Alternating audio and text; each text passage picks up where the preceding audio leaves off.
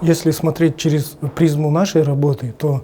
в проекте новой Конституции есть отдельная статья, которая посвящена вопросам регулирования труда.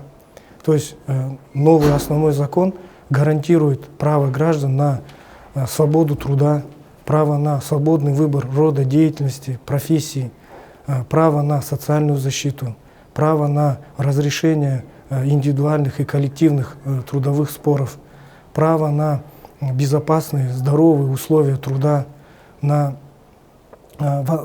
оплату вознаграждений без какой-либо дискриминации, без разделения, право на то, что каждый человек может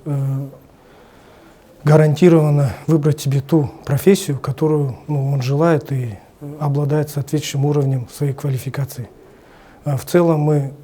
еще раз хочу повторить, поддерживаем принятие новой Конституции, считаем, что она направлена на улучшение жизни наших граждан и на укрепление нашей независимости, нашего суверенитета нашей страны.